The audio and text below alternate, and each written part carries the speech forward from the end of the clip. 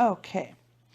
This podcast is for entertainment and it's truthful, but not completely at times. And I point that out. To be honest, guys, I really forgot what the fuck the intro was. So, welcome to It Is What It Is. I'm Shaw Marie. I'm Jean. We're going old school. Hello. Okay.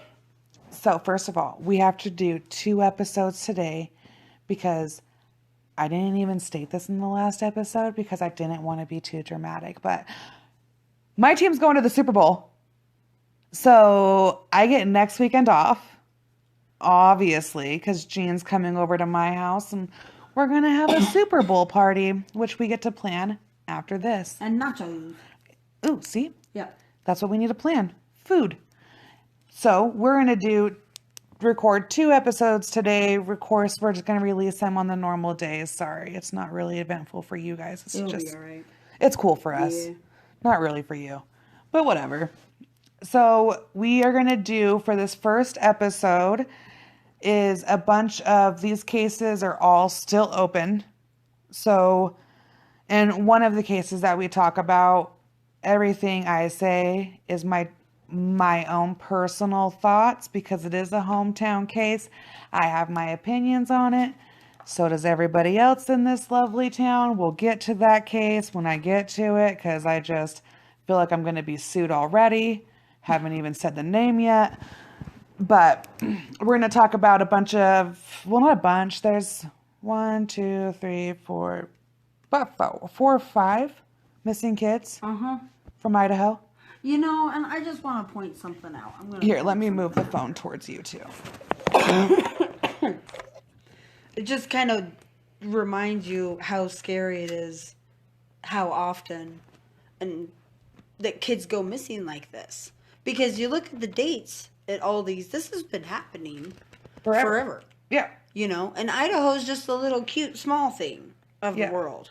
Yeah. So I can't imagine as a mother, because I've had the moment of an hour not knowing where your child is, especially at a young age. We've already visited with this subject before. Mm-hmm. But that was the worst time in my life because, I mean, your thoughts go to all the bad stuff. Are they in the hospital? Are they been kidnapped? You know. Yeah. It's terrifying. Oh, I bet. I can't imagine never having closure. Because I would be just obsessed with it because you'd feel guilty for vacuuming and not looking. Yeah. You know, not figuring it out. Mm-hmm. Okay, so maybe we should get into the touchy one first. Just in case he drags on longer than need be. Not him, just the thing. And like the only reason why I'm even... And Ollie hair. I never was going to do this case. We did talk about that, actually. Yeah, simply because of the fact that people in Idaho Falls, Idaho in general as a whole, we all have our own opinions on this. Even Shaw Marie and my opinions are different on this. Yep, we have 2 different opinions on what happened. I don't know if we'll actually tell you what our opinions are. If we get brave enough, maybe we will. I don't see us getting that brave. Like I said, I don't want to be sued. One of the parents is very sue happy. Oh. We're not going to talk about the parents. Well, I will not give them any attention. Yeah. In this case. We will only talk about the kid. Okay. And only because I have really hard feelings about this case. I do not know these people. I've never met them. We do live in a small town. I still never met them. But the minute it came on the news and everything else, I said some shit's shifty. This is some shifty shit. So, okay, so the little boy we're talking about is, guys, I'm so scared to say his name. It's Deorr Kunz Jr. Yep. I've done said it. This sweet little baby boy went missing July 10th of 2015 in Deorr, Idaho. that is an hour and 42 minutes away from where we sit our butts as we speak. It's a 115-mile cruise. You can go camping up there. It's very beautiful. Mm-hmm. That day, on July 10th, his parents, his grandfather, who has now passed away, and a family friend that the parents had never met before, decide to go camping. Sure. Of course. Yeah, we've all been in that situation. Yeah. Yep. They go camping. Okay. And the mom's version of the story is that they go to the gas station and they go to some stores. This cute little kid talks to the cashier, flirts with the cashier, all this stuff. According to the parents, there's a bunch of sightings that should have been able to be verified in Ledor. Mm-hmm. So after the store trip, whatever, we're at the campground. We decide to go on a little trot to go look at some fish, I guess, some little tadpoles. Well, they were by the creek for fishing. Yeah. Yeah. And, like, it's beautiful up there. Oh, I am yeah. not knocking this story whatsoever. I'm really not. Because I don't know what happened. Mm-hmm. I cannot say they are lying because I was not there. I can say your story smells like bullshit. Because that's my own personal opinion of your story. And so they see this. I guess the kid was following them or something. They thought, they turned around. They see the little boy. They think he's going back to grandpa. Am I right so far? Yeah. They think he's going to grandpa. Yeah. Grandpa thinks he's with mom and dad.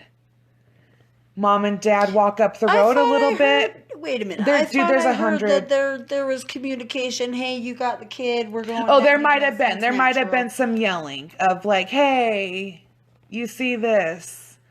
I'm not. I really, dude. I don't. No, lots of people have looked into this. It's no offense to the baby himself. That's not why I don't want to cover this. That's not it. This is a touchy subject. It's just very touchy. Yeah. And I have my own opinions and shit. I might just share them because it really will only be the only reason why it makes sense on why I think and why I'm afraid to do this. I'm not really afraid. It's just intimidating because I can and I probably will get a lot of hate from the Idahoans for doing it. Do you want me to reserve the right to press pause? Right. Well, you can. No, people can turn me the fuck off. If you don't want to hear it and you don't want to hear my thoughts on it, feel free to skip to the next case. Like, by all means, skip to it. I'm not going to stay on him very long. I hope not. Because of that case. Like, I'm going to tell everybody what there is to know about it because there's really not much. Well, we have other kids to talk about, and too. There's other kids to talk about, too, and his case is still open, and we know nothing. Yeah. So, like I said, we left off on, do you see the kid? I see the kid, blah, blah, blah. Off to go fishing. Well, we're not going fishing. We're going on a little walk. Oh. And we go on, mom and dad were on a walk. We look down, we see tadpoles. We go, oh, the child would like this. Let's go get the child. We'll bring him back to look at said tadpoles that we have just discovered. Yeah. We go back. We ask. Grandpa and friend say, what? He's not with you? No. Okay, let's look. They look around for him. Uh-huh. Then panic sets in. Oh, that's terrifying, yeah. Which I couldn't even imagine. Out in the woods, too. In the woods is horrible. So mom goes to the spot to get phone service. Get phone service. Mm-hmm. She calls the cops. Cops go. Deorr Kunz has never been seen. No. Okay. Break 2, news coming out, whatever have you. First off, we get a private investigator that quits. Because he claims, I do not know. He claims the parents are lying and they're not being truthful. Mm-hmm. He cannot help them if they're not being completely truthful. He feels they're keeping. So he stops. Yeah. First guy, he's out. He's like, I can't. This is too shady for me to dig into. He says why some of the things are shady is because an apartment that they lived in, when they got evicted from it, there was clothing in there that matched the clothing description of what he was wearing when he went missing. Didn't they give the clothing description? Well, yeah, they did. But like that, there was clothes in the apartment. Yeah. I'm not saying that he did not have multiple shirts of the same kind, because my children do. True. My children have multiple outfits of the same thing. Yeah. I'm not saying that's not that's not something that's out of the ordinary, because it's not. Okay, so we have that. And then Mom, of course, does the blanket thing that we discussed. It's like she says he goes everywhere with this blanket. She's doing the interviews with the blanket. It's just really, the blanket's like a weird, I don't know, the blanket's just weird. But like, once everybody starts questioning these parents, legit questioning them, and like the shock of him being gone is gone, you know what I mean? And it kind of just sinks into everybody that like, okay, well, this doesn't make sense. No one in Deorr, Idaho remembers seeing this boy. And you guys, when I tell you this kid is the cutest kid, literally he is the cutest kid in America. Mm-hmm. And I am a mom. And if I had a son, I'm sorry, boy, sit down. Like, this is a cute child right here. Well, and you naturally keep the cute ones close. And I tell you, I remember. All the time. Dude, I remember every cute little face. So, especially in a small place like that, if this cute kid was flirting with me, being cutesy with me, I believe I would remember when an officer comes to verify this. A picture. I would remember this. Mm-hmm. No one seems to be like, yes, I saw him. He was here. I saw him. No one has yet to say that. It is only the parents, grandparent, and friend saying he was even at the campsite. So there's that. Now, the guy that they just recently brought in to do a search, I cannot remember his name. You should try to find that out while I talk about it. He does searches all over the United States with his team of dogs. He has a bunch of dogs that are trained as cadaver dogs, search and rescue, drugs, all that fun stuff. That's what he does for a living. This man is a very talented, very gifting. He has solved multiple cold cases. Him and his team are just a very amazing team. Marshburn? Yeah, Marshburn. That's David Marshburn. And his team. Out of North Carolina. He's a private detective. Him and his dog come here, okay? In one of the episodes I watched, I don't even know, maybe I just look into it too much, but I'm watching it and he says, when I get invested in a case, I don't like to leave until I know the answer, until he finds what he wants. Lots of people have that where they have to see something through. He left. Yeah. Okay? Idaho has yet to come out and say what they found that day, other than, yes, human remains were detected somewhere in the mountains.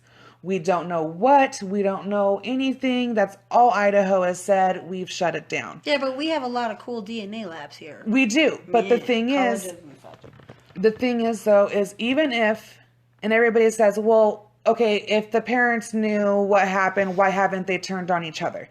No matter how much you hate a person, if me and Jean commit a crime together, okay? Me and Jean, we go out, we do some hood rat shit. We go get in some trouble. Hood rat shit. Yeah. Great. I don't know what we're doing. We're just doing some shit. So we go do it, okay? And we no longer communicate, right? For some reason, I no longer like Jean. I block her on Facebook. Whatever have you. Neither one of us, unless one of us is a little slow that day, is going to go to the police and be like, fuck that bitch. This is the crime we did together. And that she knew about the whole time. Unless you twist the story to put it all on Unless you have a very good way of proving that. Okay? So, I think the only reason why Idaho hasn't come out and told us what they found is because they don't know who to charge. They don't know. And you cannot charge someone and take somebody to court without knowing, supposedly this is the way the law works, without knowing beyond a reasonable doubt that that person committed a crime. You cannot take them to court and be like, I think that they are the reason why this happened. Oh, okay, then why timeout? Why then can an officer, when there's drugs in the backpack and nobody's talking, they will charge everyone in the car with that same Well, that amount. may be what happens. But you still have to prove that it happened, that they were involved in it happening. You can't just be like, I think you 3 were there, because now it's only 3 people because Grandpa's passed. You can't say, I think you 3 were there, so I'm charging you with it. Prove it. Yeah. Your job is to prove it. Yeah. So even if they did find him, I think that's why we haven't found out why they haven't released what they found on the mountain. They haven't come out with it yet. In your opinion. In my opinion, that's why I think. And me and Robin talked about it today. Because Robin asked me. She's like, well, why do you think that they haven't told on each other yet? That's why. You don't tattletale on someone you did a crime with. No matter how much you don't like that person. Even You're going down together. I want to say right now, I do not believe a crime was committed. I don't. I think something happened. I think they know what happened, and and to be honest, there's nothing wrong with them burying him on the mountain. If this all comes out or whatever, I'm not going to be shocked if it turns around and they automatically now have a news story of like, well, we knew what happened. We just wanted everybody to mind their business. We buried him on the mountain because that's our right as parents. And that is your fucking right. And I believe you can bury anybody on open land if you want. I believe. I don't know. There's still certain... I mean, there is certain steps. But like, you know what I mean? If it does come down to it, I'm sure that's the card that's going to be played. Yeah, and that's a good way to say it, is that they know what happened. That's my opinion. Yeah. And there's theories. If you look at like all the reader boards on the Deorr Kunz thing, it gets pretty crazy. Mm-hmm. So I'm going to tell you guys some of the theories, and I don't know, you guys might have your own. Since everybody knows this case really worldwide, you should. Mm-hmm. Because he's a 2-year-old little boy that truly fucking vanished. 2015? In 2015, in front of 4 fucking people. 4 grown adults were there, and he vanished. So he'd be 6 now? He'd be 6. Mm. So some of the theories are an eagle came and took him. I'm going to tell you why that theory is wrong. For one, it's a fucking eagle. It's not that great. Now, they can take chihuahuas and small children. A chihuahua is fine, yes. They can take small children. You're telling me a bird can come down, swoop up a child, and that baby's weight versus that child. You think that child's just going to sit there and be like, this is the coolest fucking thing that's ever happened to me? It happens fast. I mean, shit, if it did, but prove me wrong. They probably screech and make a lot of noise being carried off by an eagle. Another one, and I'm not going to tell one of them. So one of them is aliens. That's on there too. The alien abduction could be. Shut up. Then there's like a Yogi Bear. A grizzly is not Yogi in any capacity. A grizzly bear Yogi's fat and sassy. Took him away. And the reason why there is no blood trail is because someone on there said that bears won't attack when there's people around and it knows it's gonna get caught. So that it snuck up, it took him nice and gentle like, and went away. No, that sounds fucking psychotic. The parents did at one point in time try to say that they saw a black truck leaving the camping ground. It's a one-way in, one-way out, super long road. I just don't believe it. That just sounds crazy to me that you didn't see it until it was halfway up the road and leaving. You claim that where you are is the end of the road. And that grandpa and friend are still there. So this truck. You would have heard and seen him coming. This truck rolls up the road, this long road. All us campers know how it is. You turn when you hear a car. Yeah, and it's, you guys, and I've been there, and that's the only thing, is like, I've been through Deorr. It's very beautiful, whatever. I have not been to the campsite, so I cannot speak on that. But your babies just don't vanish in that type of situation. And I just think, at the end of the day, it's tragic, no matter what the outcome is, because obviously it's to that point where it's not good. Obviously. Because, I mean, if he does just pop up, then... Cool. Awesome, but now we have more explaining to do. Yeah. And that is one theory I've heard people in town talking about.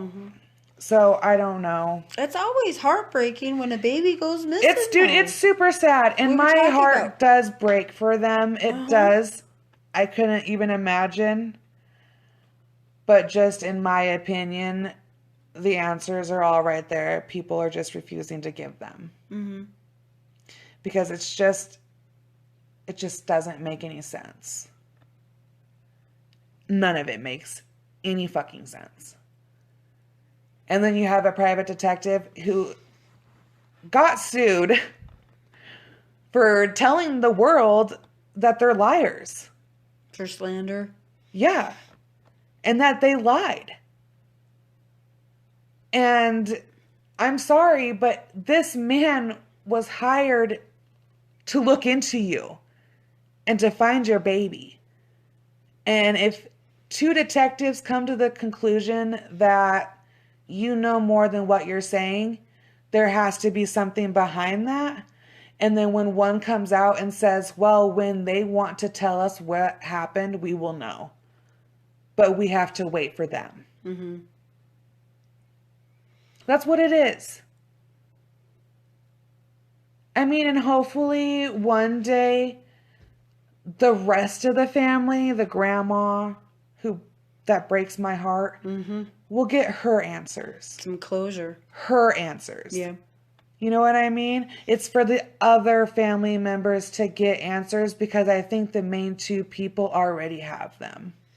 My opinion, hate me or not, I'm really getting used to it. You guys, I really am. So it's totally fine. Did you get more hate mail? No, I've gotten so many sweet messages lately, actually. You guys are really nice. Okay, so anyway, that was that. We're moving on. So, in early July 1973, Donna Lemon was 19 years old. She was a practicing nurse from Gallatin Gateway area of Montana. Beautiful land. Beautiful. I love Montana. Kinda. They did try to kill my husband. Yeah. Dicks. Anyway, not the people, the state. Anyway, she was last seen driving her car near Bozeman. Okay, so Bozeman is a hop, skip, and a jump. So if she's last seen in Bozeman, yeah, that's 3 hours away. So, her disappearance completely throws everybody off guard when she fails to meet up with the family at a wedding. They report her missing. She never makes it there. But for some reason... Did she stop for tacos? No, dude. For some reason, she ends up in Idaho Falls. With no explanation. And was found murdered near the Sept River. That the Snake River Pier, where that is, that's where she was found. So think about how Idaho then. Yeah. Yeah, that's where. What year again? 1973. Oh. And my father-in-law, before he passed away, God bless that man, he took so many pictures around town from like his teenage years and like his youth that I have all of that time period documented. It's so fucking amazing to see this town change. Oh, good. But, so she There's was... a group that you should join. Anyways, probably. Go ahead. She was 5'7", which is 2 inches taller than me. 110 pounds, mind your business. She has blonde hair. She drove a dark green 1963 Mustang. Ooh! With some Montana plates. Drop my pen. I'm back. People's theories are that maybe a hitchhiker brought her to Idaho Falls. Her Mustang was found abandoned where the library now is in Idaho Falls. Okay. Just so everybody knows, it's downtown by the river. If you guys Google map it, it's the public library. It's where her car was found. So the question is, at the end of the day, who brought her to Idaho Falls? Who killed her? And why'd she disappear? Like, why did she disappear from Montana? Mm-hmm. Not that she disappeared from here, obviously. There is partial DNA, but not enough to enter into CODIS. So if anybody back in July 1973 remembers anything about a Donna Lemon, and oh my God, her picture is amazing. How old was she again? 19 years old. Oh. She was a nurse. Oh, dude, she was so pretty. Oh, dude. Just gorgeous. And Bozeman's, that's a drive. That's a drive. I mean, and you go through a lot of isolated areas to get there. You go through the canyon to get there. Yep. A ton of small towns, lots of rural area. And then, so she was brought all the way up. Oh, look, somebody's at my house. She was brought all the way up to Idaho Falls. Brought to you by a ring. Has so many shout-outs. They don't sponsor us, so I don't care. I know. Go on. You forgot what you're talking about, didn't you? Great. Okay, so anyway, if you guys know anything about her, which is weird. Hitchhiking was such a big thing back then. I thought she was in her car because it was found over here. Well, she was. But that doesn't mean she picked up somebody in Montana and got carjacked and was forced to drive here. Well, yeah. You know what I mean? That's true. And then back in the 70s, all this shit that was... We've talked about what happens to hitchhikers in the 70s. It was awful. Awful. Remember? I'm still scarred. Yeah. Why are people still hitchhiking? Have you ever done it? No. Fuck no. Good. Okay. No, Gina. That was kind of a silly question. I already knew the answer to that. No. I didn't even like to get in the kids' cars and they're like, oh, it's my dad. I'm like, are you sure? Are you sure? Like, you're 100% you know this fool. Okay. Bitch, if I die. Told you so. You were always ready to Dude, sprint. I always thought I was going to be on a milk carton, so I was already paranoid my whole life. So now we're going to talk about Richard Ray Barnett. Oh, his a sweet picture, too. He is so, oh my God, I want a little boy with bangs. Ugh. Do you want to borrow Daniel? No, he's ugly. No, he's not. He is not. I just like to say that in case he listens to this. If he listens to this, he'll smile. You guys will think he'll cry, but he won't. Because he knows that will get him made fun of even worse.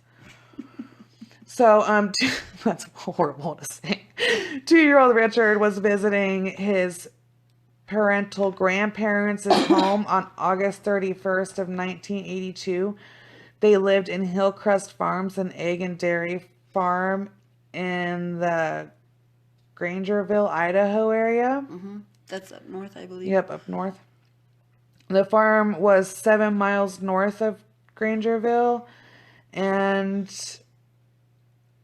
they had 700 acres, which is... There's a lot of space out there. That's a lot of land. Yeah. Yeah.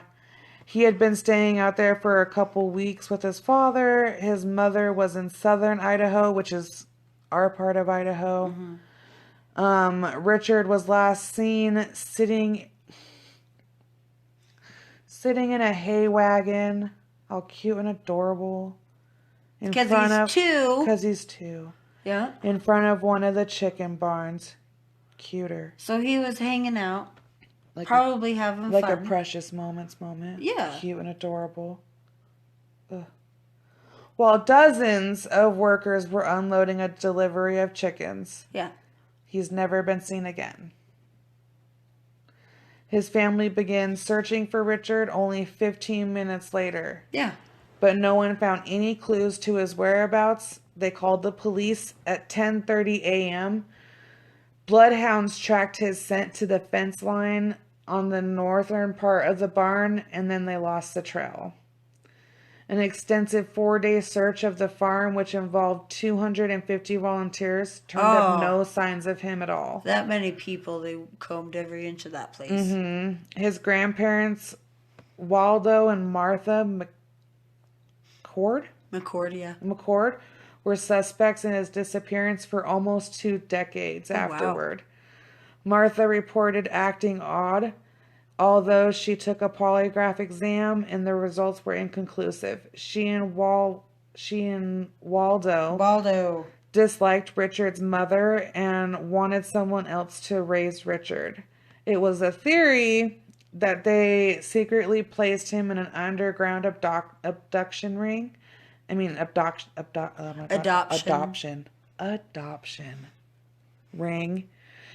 May of 2001, Martha took another polygraph test. She passed it and was cleared of any involvement in Richard's case, which means she's an old-ass lady, still doing this, still fighting for him, which shows you something. Yeah. Right there. Sorry to say you were old. That's not nice. A sweet mammy. Yeah. Looking for her boy. Waldo also agreed to take a polygraph, but he passed away before it could be done. R.I.P. Another theory was that the temporary workers at the farm were involved in his disappearance, but police couldn't find anything that showed that they had any involvement in it. His parents live in Oregon, and his mother has been in the active search for looking for him. As of 2019, his disappearance still remains unsolved. Oh, honey. His description is, Richard is described as a Caucasian male with brown hair, hazel eyes. He was 3 feet tall, weighed 32 pounds, has a hairline scar over his right eye, and a mark below that eye. Why? Well, because little boys get owies. Daniel fell off a bench and had to get stitches. We're at the doctor's office. Yeah. He had hip braces on both his legs to correct a bow-legged condition, which were removed 6 months prior to his disappearance.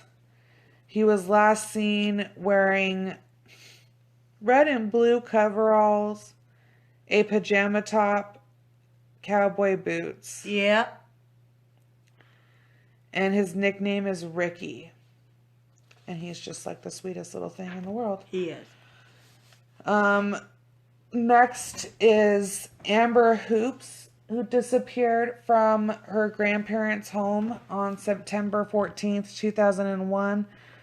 The suspect identified in the connection of her case was Keith Glenn Hescock?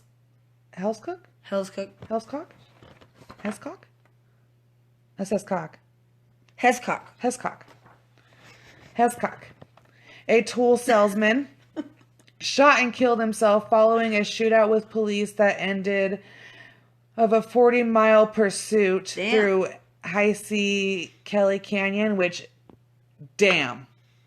That's some turning, son. Mm-hmm. I know. You turned, son? Yeah. Like, you could have been a NASCAR driver, my friend, if you did it that well. 40 mile? Hot damn, dude. Could you imagine?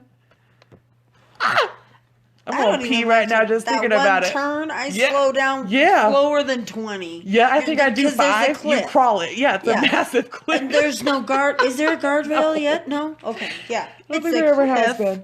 Yeah, okay. Okay, sorry. Not laughing because of that. Super sad. Sorry. And then... He didn't want to go 9 months after Amber disappeared, the police were waiting for Hescock when he returned home after a 14-year-old girl that he had kidnapped earlier that June morning managed to escape his house and led police to his residence. This little girl was sleeping outside on a trampoline in Bonneville County, rural Bonneville County, and back then Still pretty ruler. Okay, you know what? There wasn't that many. I've done that before. Yeah. Dude, the tramp was my jam when I was a little kid. So her and her sister were sleeping out there. This little girl, sorry, not Amber. This little girl was taken. Her sister was unharmed and slept through the whole kidnapping, which I couldn't even imagine that poor girl and what she went through. Thank God her sister got home. You know what I mean? Mm-hmm. Just, my sister's my best friend. Mm-hmm. No. Hell no. Wake up and she's gone. Mm-hmm. Ugh. No. Okay. Especially when she's not in her room because she got cold or something. Right? Yeah. So according to news reports, he high-centered his Mack tool truck during a June 2002 chase and then took off on foot. When the canines were deployed, he shot and killed the animal. Aww, yeah, that's an officer. Yeah. Hescock was wounded before he turned the weapon on himself. Law enforcement officer was also shot in the leg during the chase. Hoops' mother said, "Oh my God, what's that? Heavenly? Heavenly? Is that her name? That has to be her name. That's a gorgeous name. Is that really her name? I believe so. Well, this is a news article. Said Heavenly. The family suspected that Hescock was responsible for Amber's disappearance as soon as she was missing. They say he had an alibi and they started looking at someone else, but it turns out his family was lying for him, Heavenly said. Oh my God, that's such a gorgeous name. Okay, sorry. Amber's grandparents, Norris and Kathleen, owned and operated Classic Auto Collision Center. Oh, wow. On Lincoln Road, right over from where I'm sitting my rear end. Wow. I don't care. If you guys are going to fucking kill me, kill me. Like, good God. Yeah. Just leave my kids alone, I guess. I don't care. Anybody can Google map this because I upload it to the internet. Any computer geek can find out my location. Sorry. I know what technology is out there. I have no quarrels about where I am. All right. Watch some documentaries, Jane. Believe me. Well, that's why you can be found anywhere. So, yeah, they owned that. He had been employed as a painter at that shop, and he butted heads with Norris, the grandpa, frequently. They just didn't get along very well, the mom said. The mom said that the police, this is a famous thing for Idaho, believed that Amber was simply just a runaway, but her family did not believe she was because they knew her better than that. She was 20 at the time of her disappearance, does not make any difference. She was extremely shy and didn't like even going anywhere by herself. Her mother said that she is not a runaway, and that is in quotations. If the police would have listened to us in the beginning, maybe we would have gotten her back. Probably not alive, but we would have her body. Honey. Is what her mom said. Yeah. On the night of her disappearance, Amber was using the computer in the shop and then told her grandparents goodnight just after 10 p.m. and went to her room. Kathleen, her grandmother, woke up about 1:30 in the morning and noticed Amber's light and television were still on, but Amber was not in her room.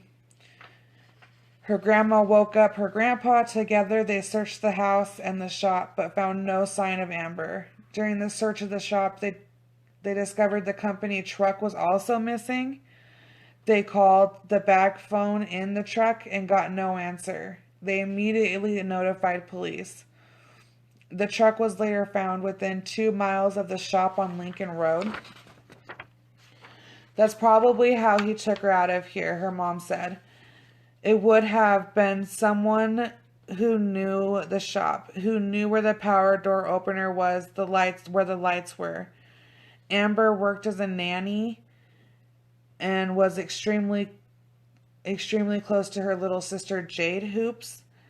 Heavenly described, oh my god, such an amazing name, described Amber as funny, silly, and devoted to the children that she cared for. Mm-hmm. She was also an accomplished singer. She sang in the Sunshine Singers for the time.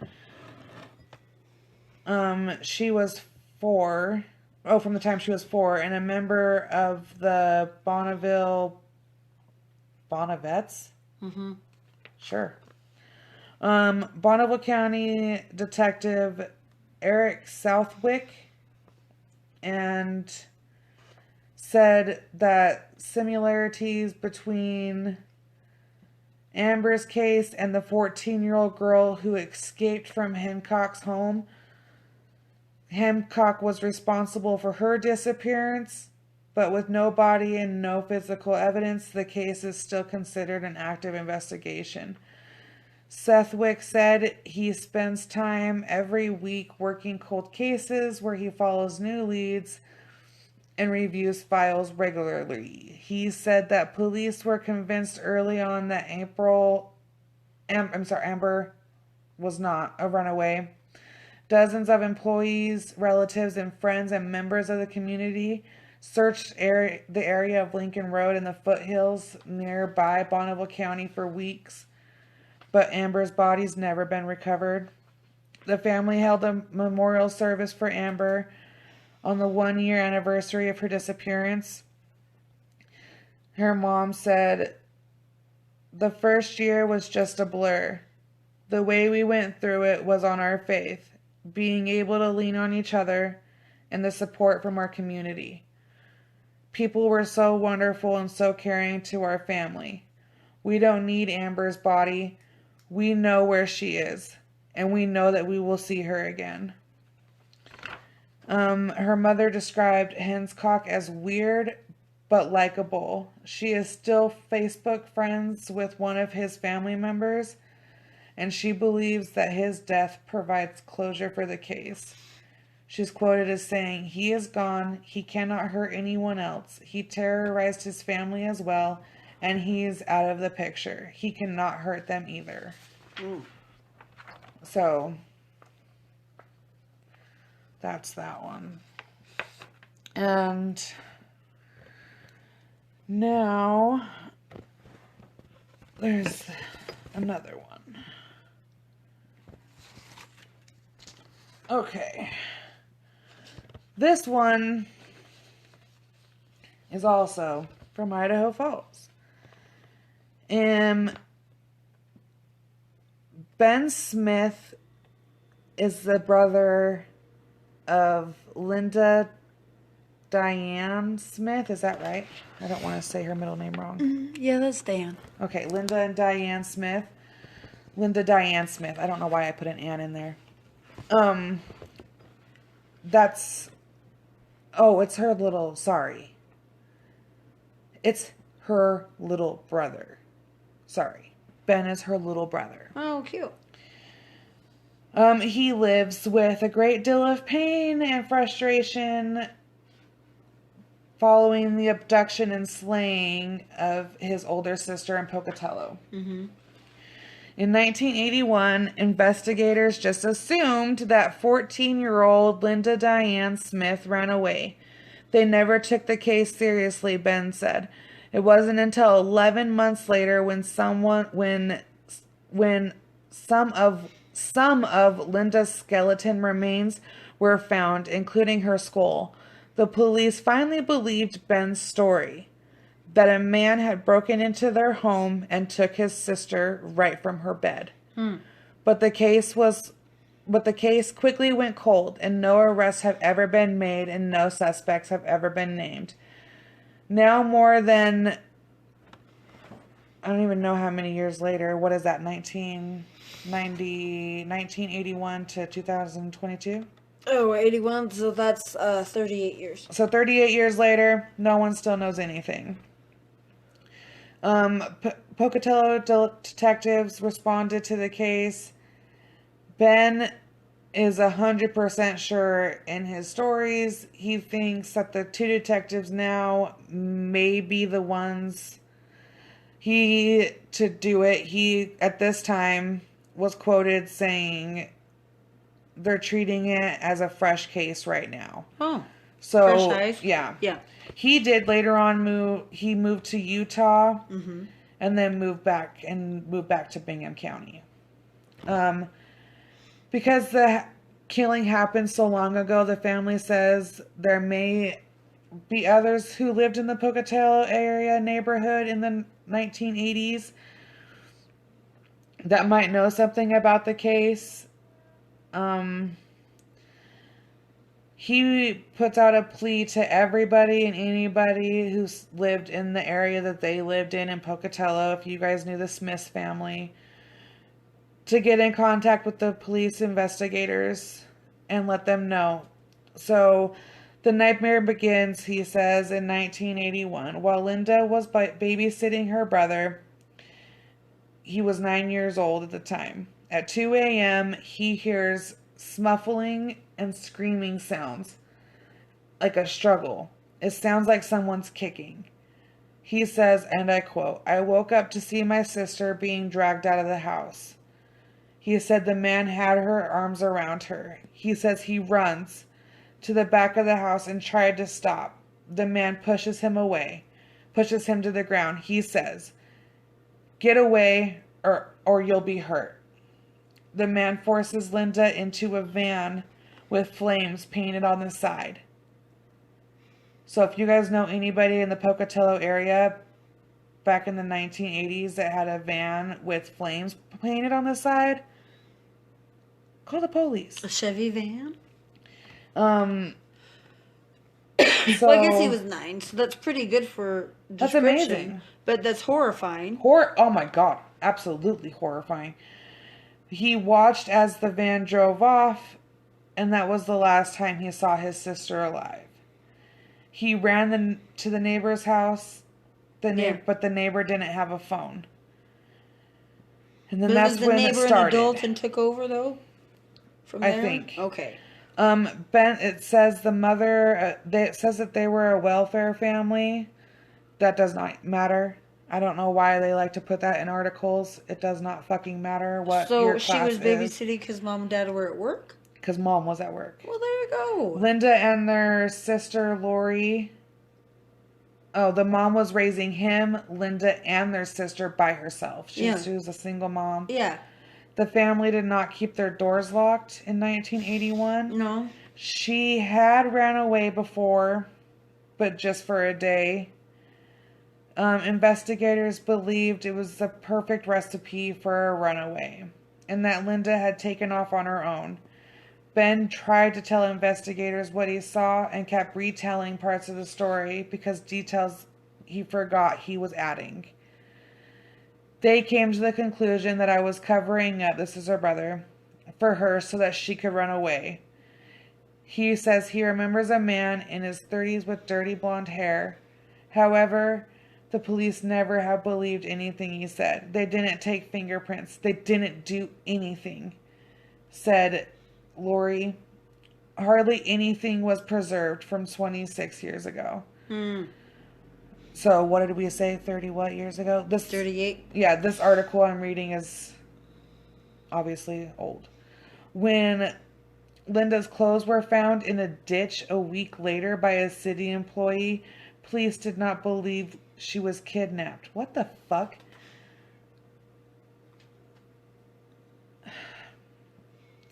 "11 months later, her remains were found in an affluent neighborhood of Pocatello. Police finally admit that Ben and his family may have been right. The investigation was completely botched, he says, which it fucking sounds like it. Well, they had something in their mind and just stayed with that. And a cause of death has never been determined. The guilt of not being able to help his sister eats at him. Oh, no. He sees counselors, was treated for anxiety, and said that finally in 1997 he was committed to a mental hospital for a short time. he says that the Pocatello Police Department acknowledged that they made mistakes and reopened the case. They currently have at least 2 people of interest. This case is old. Maybe there has been updates. This said it was the most recent article on the thing. There hadn't been any updates since this, so hopefully I'm not wrong. Mm-hmm. I have high hopes right now that this could be the end, they say. Linda Smith was one of 4 young girls killed in Pocatello between 1978 and 1983. All of the cases went unsolved. Originally, police believed there might have been a connection, but Smith said the detectives today aren't so sure. If anybody has any information or knew anybody back in the 80s from Pocatello that had a van with flames on the side, please call the Pocatello Police Department at 208-234-6121. So, and then just to tell you guys some quick little fun facts. So I was talking to someone at work the other day about legends, myths, conspiracies. So I was curious. So I went on to Ranker, best website ever made. And I was like, I wonder what they are for Idaho. 1 is like the Coyotes and the 7 Devils. The 7 Devils are a series of mountain peaks in Idaho, Hell's Canyon. Mm-hmm. Yep, very gorgeous. It's on the Idaho and the Oregon border. Never been there, only seen pictures. According to the native Nez Perce legend, these parks once 7 fearsome giant monsters lived there, ate children in hopes of keeping their children safe. The people enlisted the help of the coyote, who devised a plan with them, with their friend the fox, I guess. On the path, they knew the giants would take their children. And so the coyote and the fox and the other animals would protect them. When giants began their voyages, as they'd go out, coyotes would guide them through Hell's Canyon. They say that one of the peaks and one of the the slopes in the mountain is from the giant's foot crossing over a path, and his foot opened up the canyon. Oh. He opened it up to then that's where Hell's Canyon begins. Oh.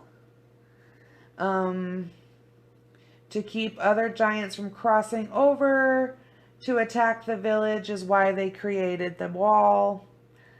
Thanks to the coyote, the children are free of harm. Cool. Native legend. Number 2. The Haunting of the Lewiston Civic Theater. Well, yeah, I've heard This kind of sounds familiar. Before the building of Lewiston's Civic Theater, it was a Methodist church. Oh. Built in 1904. That's why it's so badass. In 1972, it became a theater. In 1982, 2 women and 1 man disappeared from the theater. On the same night, both women were found dead off the property. 2 years later, the victims of the suspects... Oh, the guy was a suspect. He was never found. You guys, we informed you. It remains a mystery. They say those 3 people haunt that building, and that there's been numerous sightings of the ghosts in the theater. Scary. They say that there is a red-headed man also that is present in the mailroom, an elderly gentleman in the doorway, a ghost director seen on the balcony, judging motherfuckers, and a bride who's in the seat. Well, built in the 18... Why is she in the seat? 1900? 1904. Because churches back then, that was for everything. That was like the main community building. So I bet people died there. Maybe. All sorts of stuff. Okay, so number 3. Shirley. Who? Shirley. The dragon of Payette Lake. We got a fucking dragon. Yeah. Like Loch Ness Monster You mind your Dragon? dick, don't you judge her. The legend of Shirley, the lake monster, was first recorded in the early 1920s when railroad workers from Pocatello, Idaho noticed that they thought a log began to move in Payette Lake. Then, in August 1944, more than 24 people saw what they described as a long, undilated, crocodile-like creature, whatever the fuck that means, that one witness described as being 35 feet long and having a shell. Later, sounds like a fucking turtle. 20 people? 12. Or 24. Oh. 24. Okay. Sounds like a turtle. 24, so that's 24. Yeah. Yeah. And we quick math. Fucking we know. Later, in 1954, the Payette Lake Star newspaper held a contest challenging them to come up with a name for this creature. The winner was... Shirley was the winner. Know. This guy was from Springfield, Virginia? The fuck? Why you have an input? Anyway, he came up with Shirley, and that's where... And Shirley's continued to be spotted over the years. Scary. Number 4. The Murder House of Boise State University. Oh. The Murder House of Boise is at the site of a brutal murder of Preston Moore more than 30 years ago. Don't know how long ago that is compared to when this article was written because it wasn't on there. After an argument broke out in a basement of the house, the 2 men that were there shot and attacked him, hacked him up into pieces, dumped him 100 miles away in Brownie Lee Reservoir. His body parts surfaced, which led the investigators back to the house, which led to the house being haunted today. Former residents and visitors say the basement, it has creepy feelings. You can hear footsteps throughout. There are also legends about the house that say bloodstains appear and disappear. Fuck that. An old woman in old-fashioned clothing has been seen in the window. Also, fuck no. Number 5, the water babies of Massacre Rock. Uh-huh. Guess where this is? In Pocatello, Idaho. What the fuck is wrong with Sorry. Massacre Rock? That's Pocatello, y'all got some shit. That's on the way to Twin. Yeah. So the legend is that, what is that word? Famine? Yeah, I just didn't, okay. I almost said phenemy. Famine fell upon the Shoshone Indians of the area many years ago. In order to survive, the mothers were You haven't heard this legend before? Oh, fuck no. The mothers were... Y'all just got sad as fuck. Yeah, dude. They were forced to drown their newborn babies in the lake because they couldn't afford another mouth to feed. Oh, my God! The lore goes on to say that the babies survived on the small fish. Survival of the fittest. Oh, my God. And adapted to their new environments, growing fish tails, fins, and gills. They even morphed into ghoul-like spirits, playing tricks and consuming human flesh, haunting the waters, the rivers, and canals of the Shoshone Bannock Reservation. They cry or giggle to lure you to the... Oh, my God. To lure you to the water, and then they fucking grab you and take you and fuck all that. They just do mean shit to you that they shouldn't do because they're children. No. It's not their fault they were drowned. Oh my God, I've never heard Pocatello. For shame. That's not Pocatello. Oh my God. Okay, number 6. This is where the flat earthers, I think, will be good with this one. Idaho doesn't exist. No. Fuck off, guys.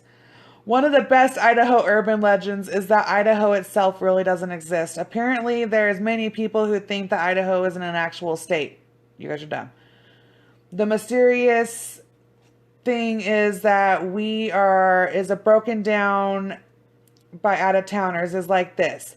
This is how they determine we're not a state. Question number 1. Do you know anyone from Idaho? Yes. Have you ever been to Idaho? Yes. Next question. Yeah. Has anyone you ever known ever been to Idaho? Yes. Mostly all of these answers are no. If you answer no to all the questions, Idaho obviously does not exist. It is a mythical place full of delicious potatoes and gems, which we are not full of gems. Opals? Yeah. It's named the Gem State. I guess. There's lots and silver. Some conspiracies on the Idaho government is mind-controlled experiments. They can't even count. I believe that. I don't. Idaho's not that smart. Sorry, but we're the only ones that don't have legal marijuana, and we're the only ones who are suffering in our towns and our roads, and everything else is shit because we won't legalize pot because the Mormons are going to get pissed off. Fuck you, let me smoke my weed. Reason. It's probably many of the reasons. If it makes sense, it doesn't happen in Idaho. Pretty fucking much. So that's why they can't do brain control, because obviously they suck. Conspirators also say that the oddly shaped state that is put on the map to keep Utah away from Canada. Well, yeah, there's hostility. As well as to separate Montana and Washington. Because they just needed to take a break from each other. So they left Idaho to the Utahs to us. Idaho's very existence is urban legend. Here's some facts for you guys. Eagle Rock, Idaho, was founded in 1864. It became Idaho Falls, Idaho, a.k.a. Iftown, a.k.a. 208. In 1891, we became the state of Idaho. July 3rd, 1890. Boom. So I'm going to pop in with a quick question right here. Because Sean Marie and I were discussing this. Okay. For them, I was like, what's your... Yes, no. We take geography in grade school and... You sing the song? Junior high school. Yeah. I'm not singing the song. Oh, no, either am I, but there is a song. The every 50 Nifty United States. Yeah, the 50 Nifty song, and every state has... Goddamn, it's 50 states. Okay, anyways. Yeah. You guys should know that. We do exist. I did live out of state before, and I received questions similar to that, where people did not know where Idaho was. So you make them visualize a map of California, Washington, I just Canada, start there. The bong steak shaped. I usually start with Seattle. We're by there. Or it's 100 miles from Yellowstone. Ooh, or that, yeah. So really, guys, if you guys don't believe, no, we're in a fucking bowl, guys. If that goes, we're fucked. Yeah. Just like Cheerios, we're filling up. We'll be done. So this other place, definitely don't want to go here either. Number 7. There's only 12. You guys can hang on. Number 7. The Oahu Mountain Doors? Oahu? That is a mountain range. Oahu? I've never known how to pronounce Oahu. If I got that wrong, you guys, I'm so not trying to be racist right now. Oahu. It's not. We'll go with that. Deep within the caves, first of all, caves are where corpses go. Anyway, deep within the caves, you put people in a cave if you don't want them to come out of the cave. That's why you go into a cave, is so that someone comes out, someone stays in.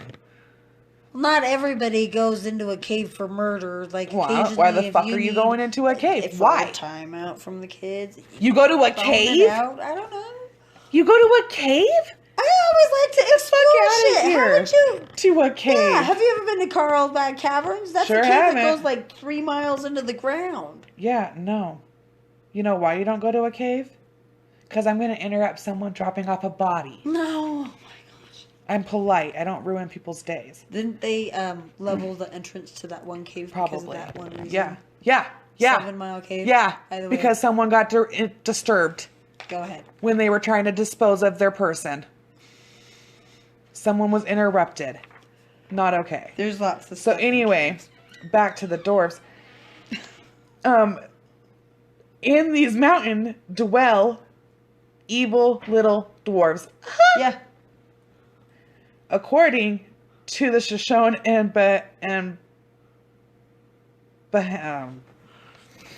from here. Bannock. Why was I so afraid to say that? I really was going to say that, but I got afraid that everybody was going to judge me. Sorry, the Bannock Indians. These tiny twisted beasts. Great. Ew, guys, they describe them.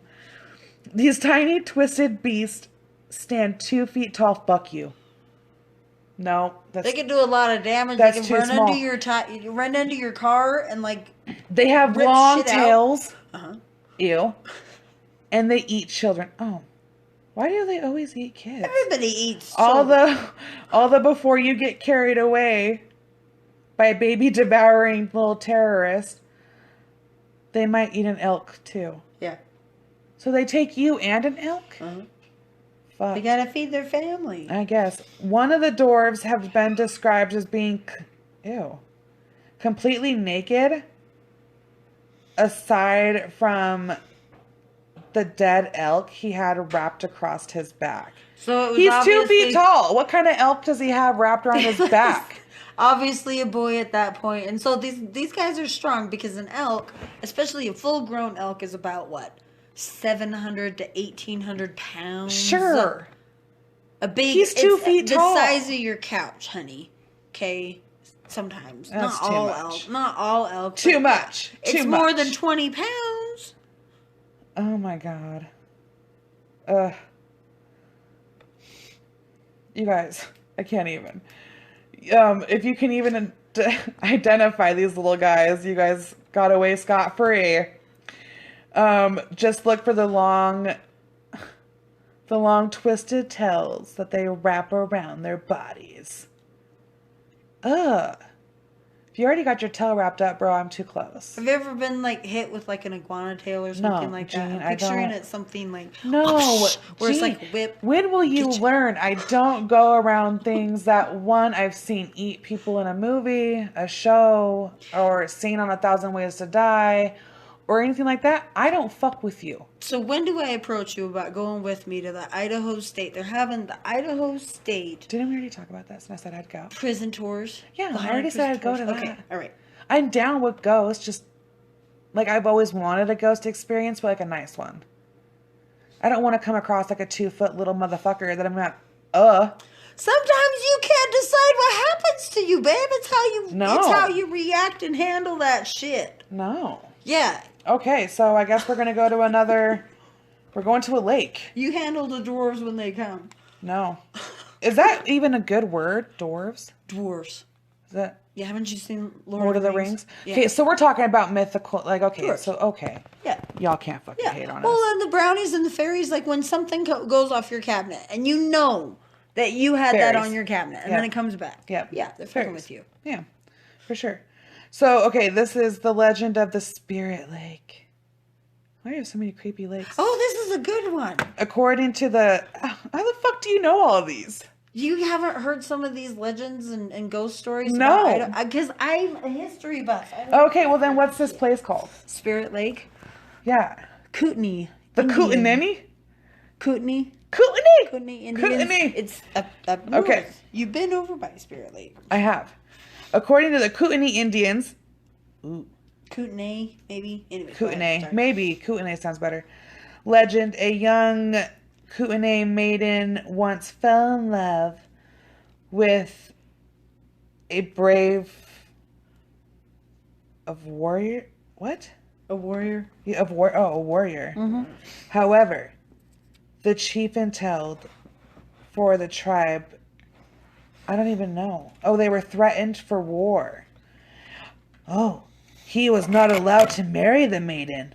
Oh no. Because he was going to go. Oh, because he... Oh, Yeah, he had go to to fight. war. Oh no.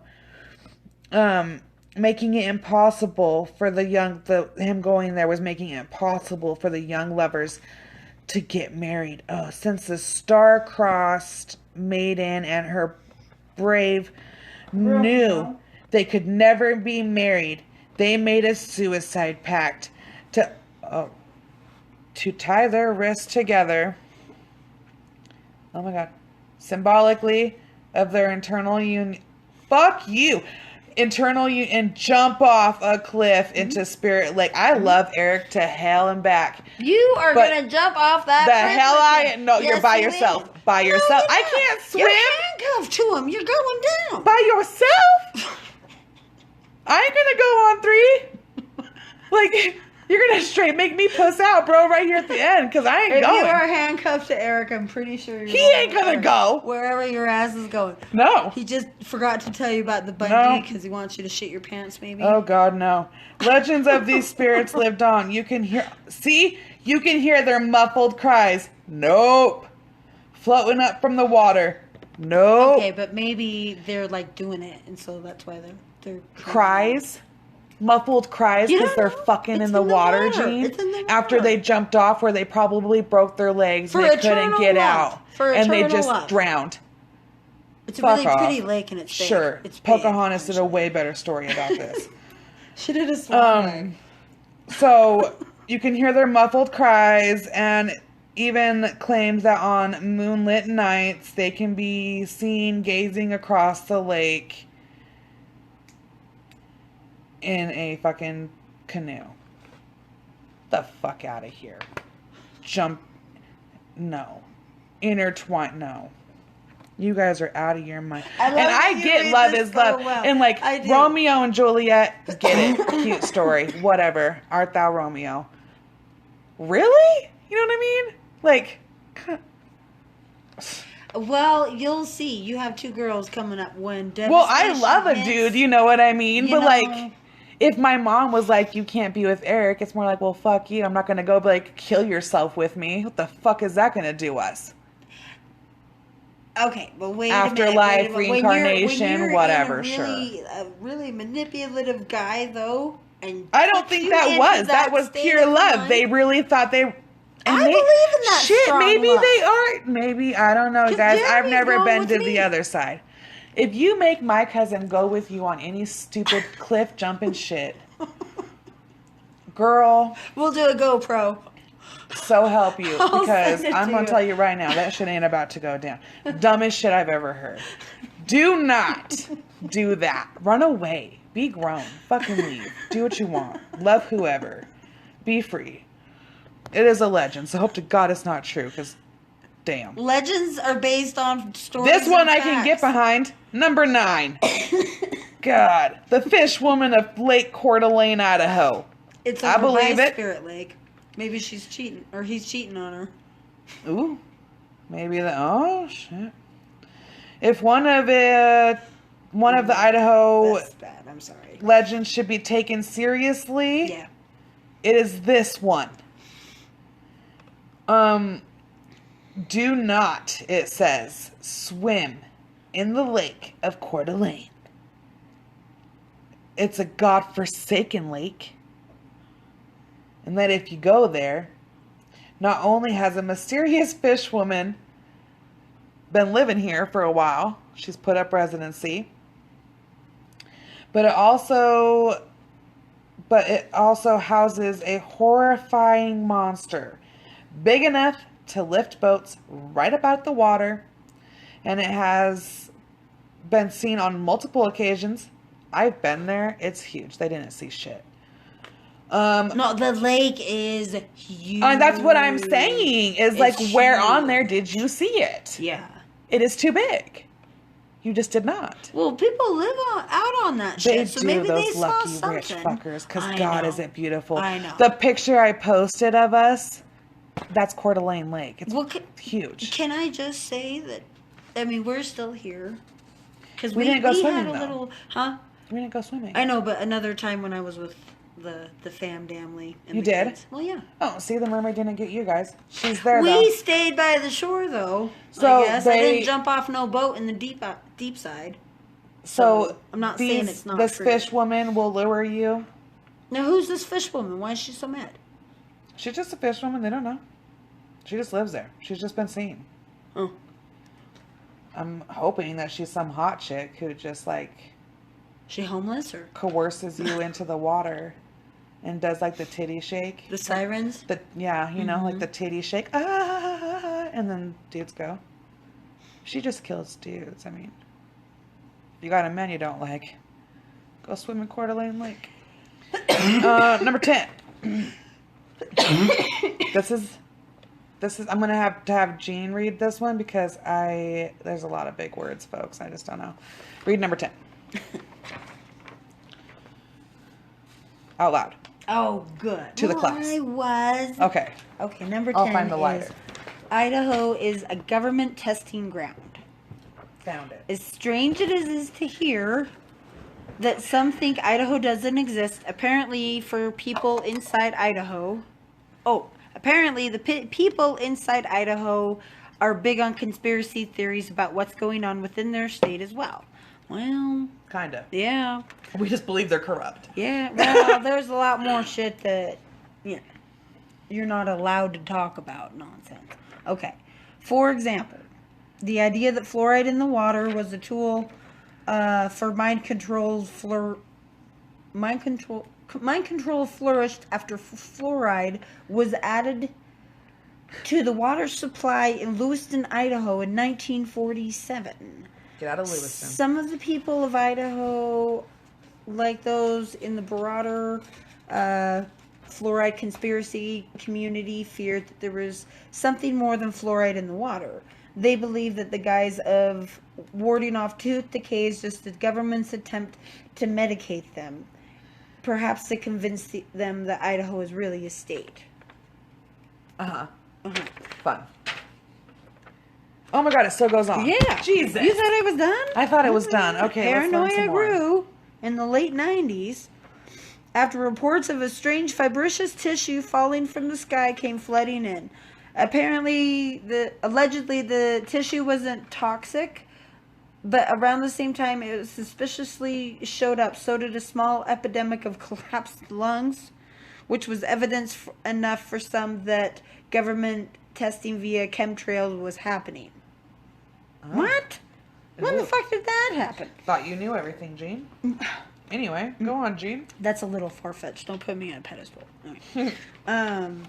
Apparently, birds falling out of the sky is also a thing in Idaho. What was the thing? Yes. In Florida, they got the iguanas falling out of the trees. Yeah. Mother truckers. The bird thing is a trip. Read that. Actually, that happened to me. Big ass, I was over on St. Clair right here. Here, I'll tell you about it. In June 2015, a road in Kuna, Idaho was covered in corpses of songbirds that had just dropped to the sky. Just a few months earlier in March, 2,000 snow geese were just trying to go from Mexico to Alaska, but they made the mistake of passing through Idaho and dropped out of the sky. Well, they have to kind of go that way unless they're going through the coast. The birds were likely killed from avian chloria, but it might make you wonder, what will the government do to Idahoans next? Dun, dun, dun, dun. No, that's just silly. Is that everything? Of that one, yeah. Okay. My favorite one. Number 11. Hey. What? He really is. Dude, I know. He really is. So I got this one. Okay. So 11. Fucking Bigfoot. Sam Squatch. Yeah. Idaho is a neighboring state. Has had many sightings of the legendary beast known as Bigfoot. Where the legends of Bigfooters differs in Idaho. However, in Idaho, the Bigfoot is being covered up by the government. We let him live here, but they don't let us know about it. Some claims of sightings of the beast were swept under the rug so that it was never to be found, threatening the legend of the animal. Because it's easiest way for the government to cover up their wrongdoings is lying. Perhaps Bigfoot really is the result of biological testing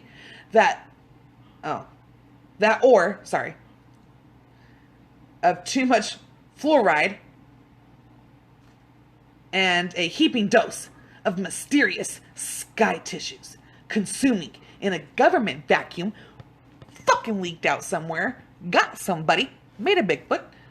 That's where he went. Who wrote these things? It's on Ranker. Bigfoot was around before Idaho was. He doesn't give a shit what state he's in. He likes his hood. He's here. Yeah, I believe in Bigfoot. Absolutely. I have a friend, JJ, shout out, who carries every time he goes camping. Yeah, because he takes an extra beer with him so that when he does find a Bigfoot, he can offer him a beer. Well, good. Yeah. Probably gonna die, but that's okay. It's fine. Well, it's not okay, but it's fine. Number 12. The ghost station of Mahowie County. I just put it all into one word. Mahowie in Idaho. Apparently in this county. That's up north still. Yep. A great white something. What the fuck is that? Satellite is heard. Stallion. Stallion. A herd of phantom horses. Oh shit! Sorry, you guys, I'm way off. Phantom horses. Phantom horses are heard to be said, and seen, appearing as a gust of clouds. Ooh. Whenever there is a farmer or a cowboy in danger. Oh shit! SOS. That's a legit SOS. It's a sign. That's legit. That is gorgeous. That's cool. That's pretty. I like that. These horses sound like some true American horses. Anyway, you guys, that's what it says. Fables of Idaho. Yeah, I guess. These are the urban legends and the myths of Idaho. Oh, and there's more. If you guys get curious, you guys can go and look at your state on Ranker too. They have your state on there too.